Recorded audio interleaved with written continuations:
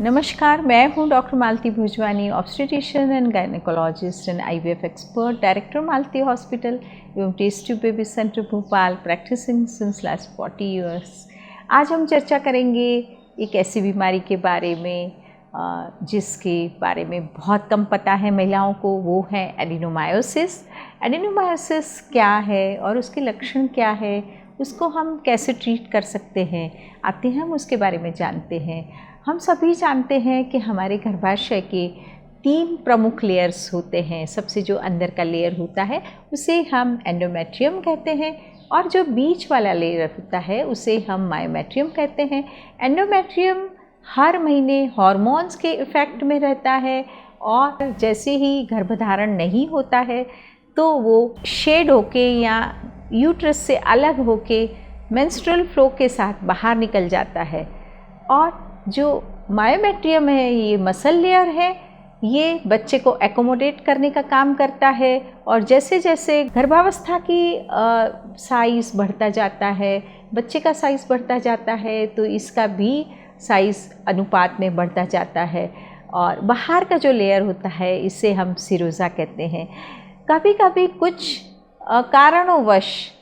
और कुछ हार्मोन्स के कारण यदि एंडोमेट्रियम में जो ग्लैंड्स होती है वो ग्लैंड्स यदि मायोमेट्रियम वाले लेयर में अंदर पेनिट्रेट कर जाती है, अंदर चली जाती है और वो हार्मोन्स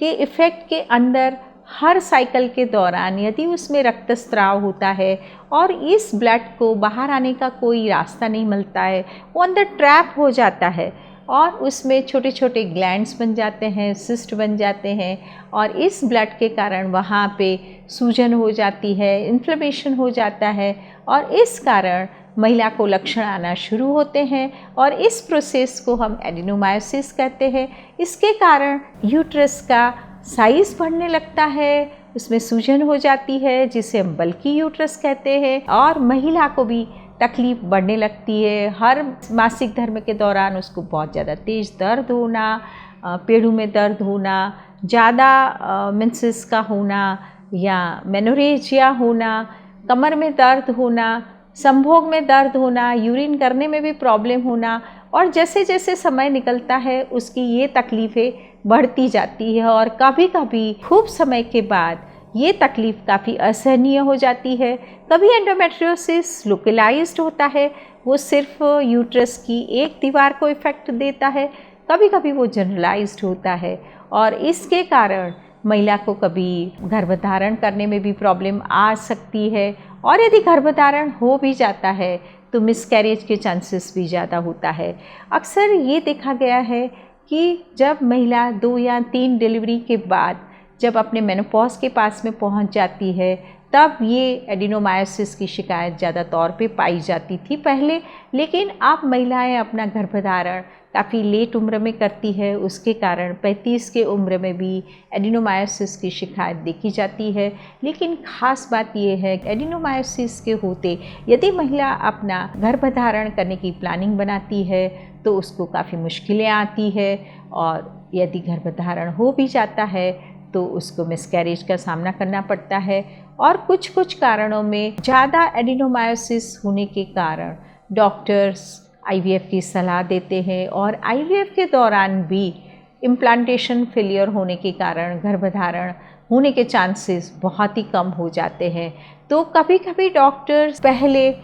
एडिनोमायोसिस के प्रोसेस को स्टॉप करते हैं, जीएनआरएच एगोनिस्ट के 6 महीने तक इंजेक्शंस लगाते हैं और यूट्रस का साइज़ नॉर्मल करते हैं, उसके हार्मोनल चेंजेस को नॉर्मल करते हैं, उसके बाद आईवीएफ कर सकते हैं। और कभी कभी डॉक्टर्स एंडोसिस की दवाइयाँ या डाइनोजेस्ट की दवाई जो कि एंडोमेट्रियोसिस में इस्तेमाल होती है, क्योंकि एडिनोमायोसिस एक एंडोमेट्रियोसिस जैसा ही प्रोसेस है और उसमें भी इसी दवाई का इस्तेमाल होता है। कभी कभी डॉक्टर्स ओरल कॉन्ट्रासेप्टिव पिल्स देते हैं कि ये प्रोसेस कम से कम बना रहे और जब इन सब चीज़ों से भी कोई परेशानी सॉल्व नहीं होती है तो फिर उसका सर्जरी करते हैं। जो लोग आईवीएफ की प्लानिंग करते हैं और एंडोमेट्रियोसिस की मात्रा बहुत ज़्यादा है तो हिस्ट्रोस्कोप से जो एडिनोमायोटिक एरियाज़ होते हैं उनको हटाया जाता है, उनको एक्सीजन किया जाता है और